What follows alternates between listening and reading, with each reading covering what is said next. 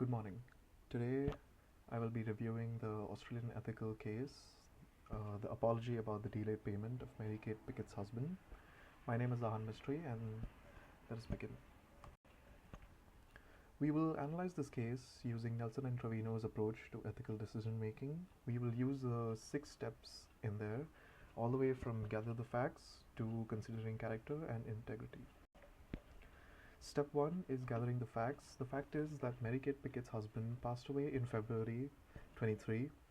The superannuation death benefit payout was reimbursed after months. It was actually almost a year. The delay in the payout was exhausting for the widower, and it was a stressful period of time for Mary Kate Pickett. Australian Ethical apologized for the delay in payment. These are the facts. Step 2 is defining the ethical issues. The ethical issues, the entire ethical dilemma in this case is that the company was delayed in making the payment to the widow, which was a very stressful amount of period of time for the widow. Mary Kate Pickett was not treated fairly and respectfully. Despite her being the sole beneficiary of the fund, it took until February this year to transfer the funds, which is a really long time.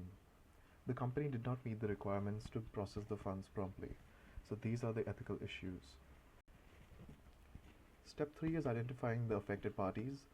The affected parties in almost every ethical case is not just one person, it's a number of people. In this case, it's Mary Kate Pickett because she faced financial distress, emotional distress, a feeling of hopelessness, powerlessness.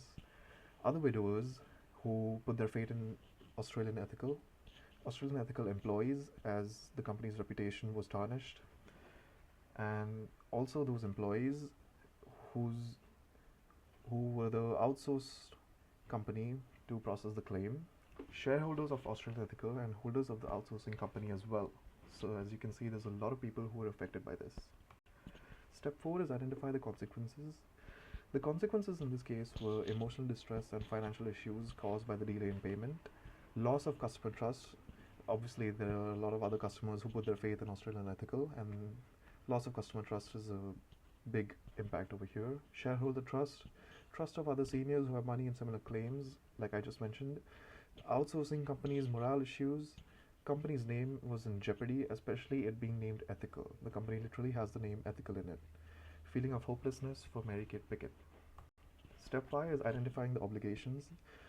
The company should comply with the rules and regulations in the timely payment of funds for debt benefits. As you can see from the picture here, the company has won multiple awards and it should live up to the name, and it should treat people with compassion. The firm has to live up to the name Ethical. It should rectify the mistakes made and ensure that they don't take place again, especially in similar cases.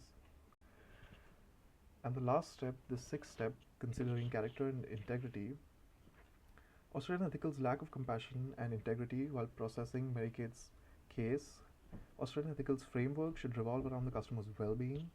The company needs to review their legal framework and internal processes to prevent such lapses in the future.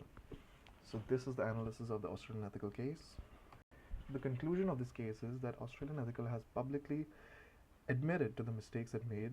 Not only a formal apology was issued to the widow, but it also took upon itself to change the company to which the claims were outsourced to. The company did not live up to its name, but it did make significant changes in the framework and structuring. So that's it. Thank you. Thank you so much for your time.